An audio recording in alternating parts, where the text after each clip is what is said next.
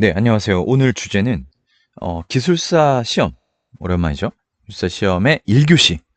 1교시에 정말 강력한 팁을 하나 드리겠습니다. 1교시 시험은 문제 형태가 어떤 키워드만 딱 나와요. 예를 들면 비교도 자주 나오고 키워드만 나오는데 이런 식으로 바코드 이렇게 QR 코드. 1교시 문제가 되게 특이해요. 어떤 점이 특이하냐면 무언가를 쓰세요. 기술하세요는 맞아요. 이 대부분은 이렇게 붙죠. 기술하시오. 그래서 조금 다른 문제도 보자면 스크래핑 대 API 뭐 이런 식으로 나온단 말이에요. 제가 뭐 조금 오버를 하자면 제가 10점을 높일 수 있는 방법이라고 표현을 하고 싶어요. 왜 그런지 말씀을 드릴게요. 자, 1교시는 두 가지를 정말 대비를 해야 되는데요. 이 키워드 문제 자체가 처음 들어본 문제 자체가 문제가 보통 단답형 키워드니까 뭐 예를 들면 뭐 바코드나 이런 건 지금 흔하게 들어보지만 정말 처음 듣도 보도 못한 문제가 딱 나오죠. 키워드 예를 들면 사이버 피지컬 시스템, 사이버 피지컬 시스템. 제 기준으로 처음 들어봐서. 자, 그리고 자, 어떤 문제들은 뭐 레이드 0, 레이드 1, 뭐 이렇게 해서 레이드에 대한 문제가 나와요. 자, 레이드 들어봤죠? 어떤 문제들은 굉장히 쉬워 보이고 어떤 문제들은 정말 듣지도 못한 문제가 키워드로 문제가 나와요. 이것이 굉장히 중요합니다. 지금 제가 드리는 말씀에 대한 이해를 하시면 1교시를 조금 더 점수를 높일 수가 있어요. 무슨 얘기냐면 자, 기술은 기술 곡선이라고 있어요. 이렇게 팍 치고 올라가고 급격히 떨어지고 이렇게 다시 서서히 올라갑니다. 이게 기술 곡선이라고 하는데 무슨 얘기냐면 신기술이 처음 나왔을 때 이렇게 급격하게 시장이 반응을 하고 기술이 막 엄청나게 집약이 돼요. 하지만 대부분의 상용화에 있어서 어떤 문제들을 가져요. 보안 문제라든가 장비 문제라든가 성능 문제라든가 여러 가지 문제가 다져요. 그리고 나서 갑자기 그 기술에 대한 소강 상태로 빠집니다. 그러다가 점차적으로 시간을 가지고 그런 모든 문점을 보완하면서 상용화 단계, 성숙도가 높아지는 단계로 가게 되죠. 대표적으로 가장 쉬운 예는 사실 인터넷 전화 같은 것이 가장 쉬웠어요. VoIP 같은 거, MVoIP. 왜냐면 정말 과거에 꽤 너무 오래된 얘기긴 하지만 그때 당시 인터넷 전화가 나오고 이랬을 때는 정말 그것으로 인해서 뭐 그 회사의 주가도 올랐고 그 기술에 대해서 모두가 열광을 했을 때인데 실제 그 너무 예전 얘기긴 하지만 다이얼 패드라든가 이런 것이 그때 당시로는 성공을 못했어요. 하지만 지금 보면은 뭐 카카오의 그 보이스톡 같은 것이 다 그런 VoIP 기반이거든요. IP에다 보이스를 실은 거니까. 그런 것들이 너무도 자연스럽고 너무도 익숙하게 사용을 하고 있죠.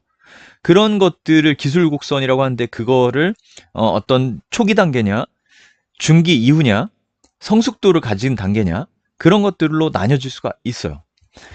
그러다 보니까 문제를 대하실 때 어떻게 대하시는 게 좋냐면 자, 이것이 그냥 처음 들어보는 거로 할게요. 제 기준이긴 하지만.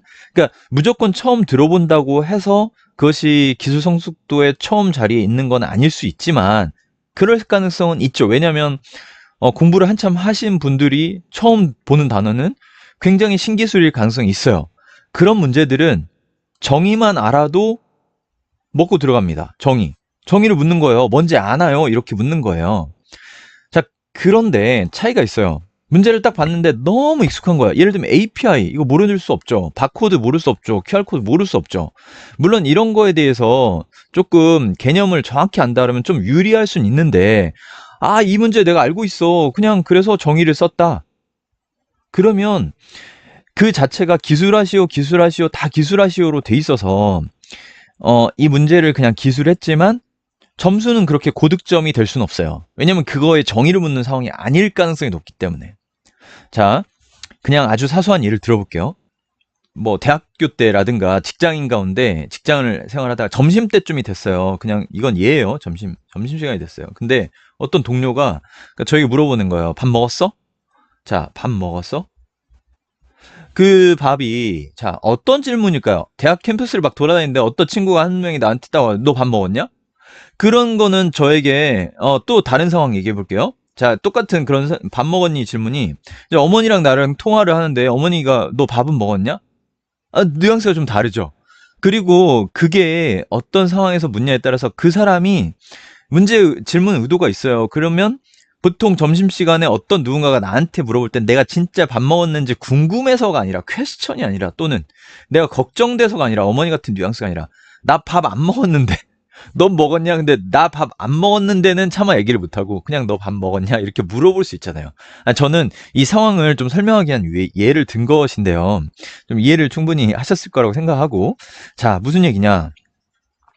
자, 레이드 이거 질문을 한 의도가 있다라는 거예요. 의도. 그러니까 그 의도만 파악을 해도 플러스 1점이라고 저는 생각을 합니다.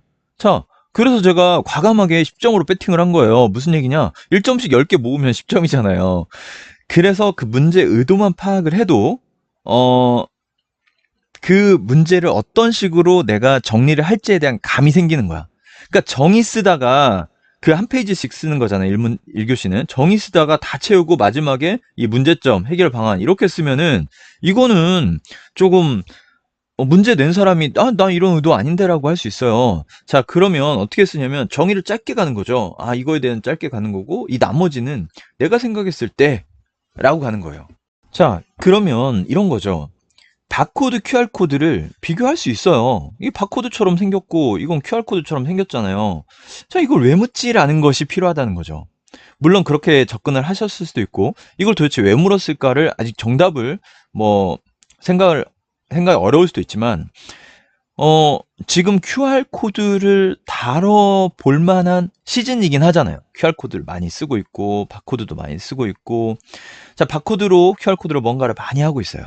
그러면 바코드, QR코드에 대한 비교도 생각해 볼 수 있고 또 하나는 과연 왜 바코드로 잘 쓰고 있었는데 QR코드가 등장을 했고 또 요즘은 왜 QR코드를 더 많이 쓰지? 뭐 이런 것들. 자, 질문거리가 분명히 있다라는 거고 또 스크래핑 API 이 차이점에 대해서 이해할 수 있죠. 차이점에 대해서 알 수 있고 또 하나는 스크래핑은 가져오는 거예요. 데이터를 가져오는 거고 API는 그쪽 시스템에서 제공하는 것을 호출해서 응답을 받는 거예요. 어떤 차이가 있냐? 라는 차이점도 있지만 어떤 또 문제가 있고 또 개선할 수 있는 여지는 있냐? 뭐 이런 쪽으로도 접근할 수 있다는 거예요. 물론 한 페이지라는 것이 정의도 쓰고 뭐 문제점도 쓰고 해결 방안까지 쓰기엔 좀 부족할 수는 있지만 말의 비중을 조금 관리할 수는 있잖아요. 그러니까 결국은 내가 물어보는 질문에 그 면접 같은 데도 이런 게 되게 중요한데 그 사람이 질문하는 의도를 잘 파악하는 게 정말 중요하잖아요. 제가 얘기 드리는 거는 그 질문자들의 분명한 의도가 있다라는 거예요. 그걸 파악을 해야지 내가 하고 싶은 얘기를 한다고 그 상황을 만족시켜 주지는 않는다라는 거고요. 또 하나는 특히나 1교시는 분량이 적기 때문에 답을 할 수 있는 공간이 적기 때문에 오히려 그거를 더 생각하는 것이 좋다. 자, 그리고 이제 마지막으로 정말 모르는 것이 나왔을 때 어떻게 하는 게 좋은가? 모르는 거, 정말. 자, 두 가지 의견이 있었어요. 자, 모르는 거 어설프게 쓰면 안 된다. 그런 얘기가 있었고, 또 하나 어떻게든지 써야 된다. 라는 게 있었지만, 자, 제 생각으로는 최소한 그것과 관련된 얘기를 좀 쓰는 것도 괜찮습니다. 제 생각으로는. 나쁘지 않아요. 그러니까 빈 란으로 두는 것보다는 자기가 한번 상상을 해보는 거죠. 그러니까 그 키워드만 잘 해석해도 말을 만들 수가 있어요. 그런 것들을 시도를 하는 거죠, 자꾸.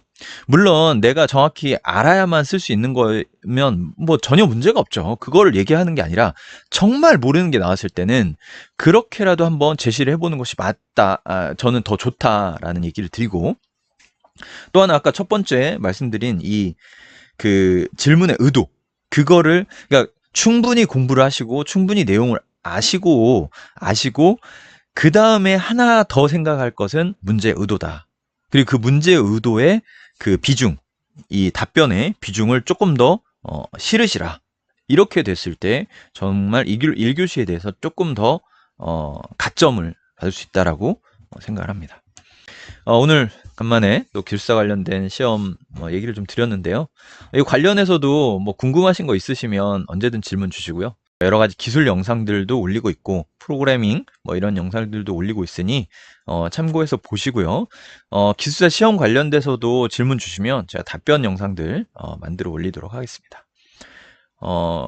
환절기가 됐네요. 벌써 올해는 이렇게 그냥 흘러가는 것 같은데요.